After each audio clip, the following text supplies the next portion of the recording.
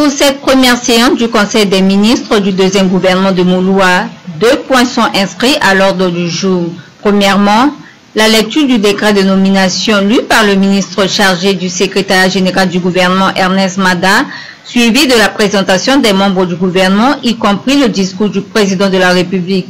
D'entrée de jeu, le président de la République, Faustin Archange Touadéra, a tout d'abord souhaité la bienvenue aux nouveaux membres du gouvernement qui intègrent fraîchement l'exécutif de la 7e République, sans perdre de vue les anciens membres du gouvernement confirmés à leur poste. Il les a félicités tout en leur réitérant toute sa confiance et les exhorte à mettre en exergue leurs compétences et expériences au service de la nation, tout en leur recommandant de relever quelques défis importants.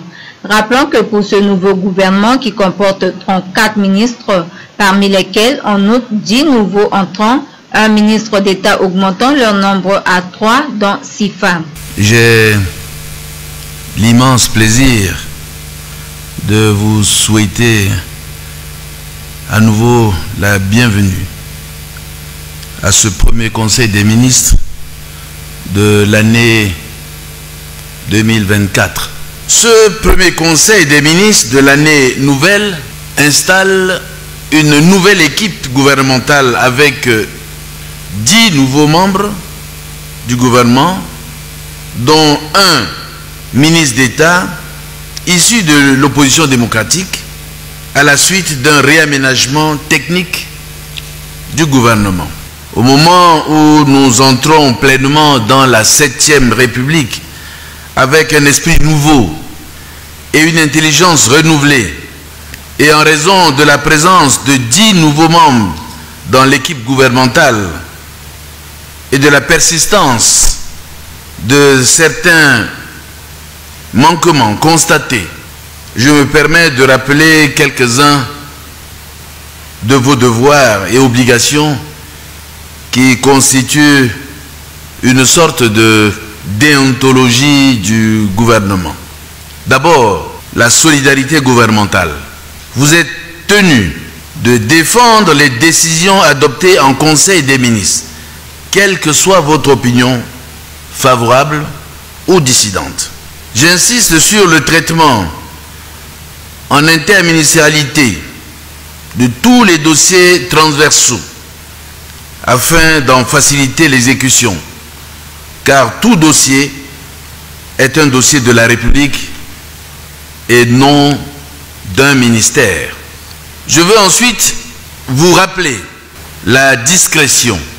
En effet, en tant que ministre, vous aurez connaissance des faits, informations ou documents liés au secret d'État. Je vous demande donc de faire preuve de discrétion, de confidentialité, qui s'impose aux serviteurs de l'État que vous êtes, même plusieurs années après la fin de votre mission. J'ai eu à déplorer le fait que certaines informations et documents d'État mis à disposition du gouvernement se soient retrouvés dans les réseaux sociaux, mettant ainsi en péril la sûreté, la sécurité de l'État et l'efficacité de l'action gouvernementale qui en dépendent.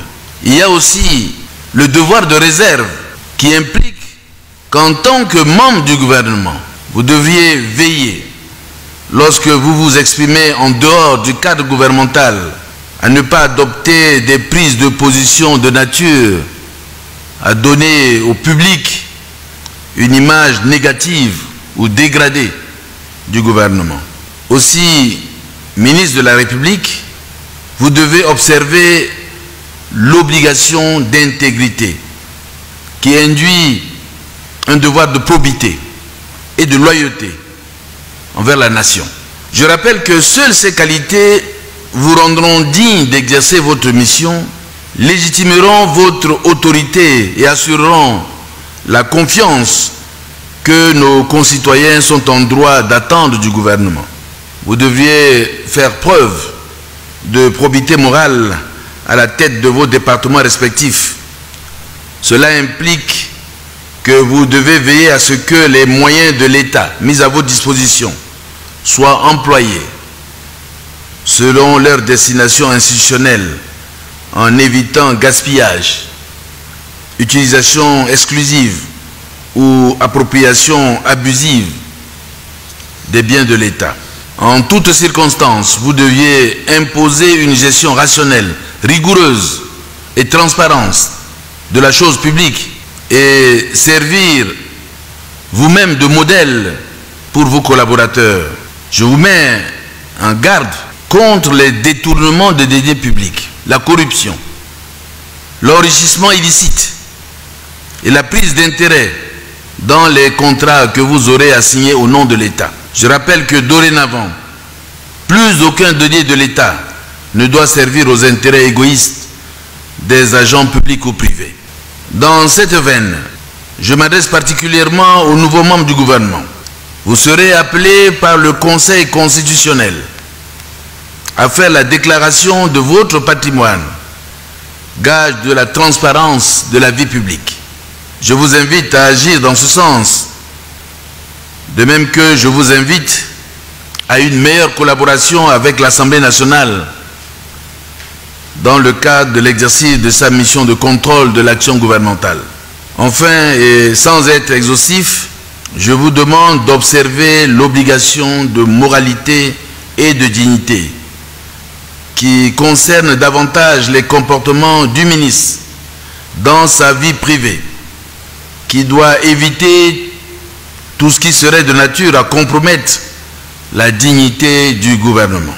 Vous deviez faire preuve d'impartialité dans les décisions administratives et politiques que vous serez amenés à prendre, surtout dans le choix de vos collaborateurs et de la gestion de leur carrière. Je tiens à la discipline et au respect de la hiérarchie dans vos rapports avec le Premier ministre et au respect mutuel entre vous-mêmes. Il n'y a pas de super ministre. Enfin, j'insiste sur l'observation scrupuleuse du règlement intérieur du Conseil des ministres. Dans le cadre de vos missions, vous devez avoir à l'esprit le respect des textes de la République. J'entends par République le respect de la Constitution, des textes qui garantissent le fonctionnement harmonieux des institutions et la vie en société. Nous amorçons la nouvelle année avec de nombreux enjeux et défis internes et externes qui touchent directement la vie de nos concitoyens.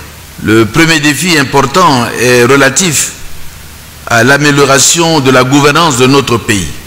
En dépit des résultats obtenus, celle-ci est mise à mal par la persistance de la corruption, des détournements des deniers et biens publics, la survivance de l'impunité, la paresse, l'absentéisme, y compris au sein du gouvernement et dans les grands services publics. Le deuxième défi important que nous devrions relever ensemble est celui de la satisfaction des besoins sociaux de base de nos concitoyens. À l'heure où la vulnérabilité économique et financière se confirme à l'échelle mondiale et où notre pays reste privé des appuis budgétaires, le gouvernement doit poursuivre les efforts de mobilisation des ressources domestiques en vue de répondre aux besoins pressants et légitimes de la population.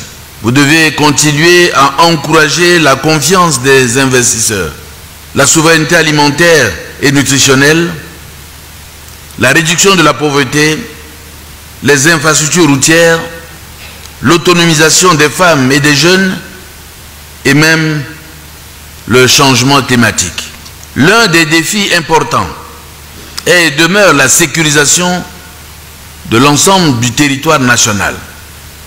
Dans ce sens, nous devons non seulement accélérer la montée en puissance de nos forces de défense et de sécurité, mais aussi et surtout poursuivre la mise en œuvre de l'APPR-RCA, notamment le DDR-R, la feuille de route conjointe de Luanda, gage d'un retour définitif de la paix et de la sécurité. L'accent doit être mis au niveau de la justice, sur la lutte contre l'impunité, parallèlement à l'action de la commission Vérité, Justice, Réconciliation et Réparation, tant attendue par le peuple. Je souhaite donc l'accélération des réformes importantes dans ces domaines clés, ainsi que la mise en œuvre de nos engagements qui visent tous à améliorer les conditions de vie de nos concitoyens. En terminant, je voudrais vous réitérer mes félicitations ainsi que mes vœux de réussite et vous assurer de toute ma confiance au travail, dans l'ordre et la dignité comme nous l'exige la Renaissance. Je vous remercie.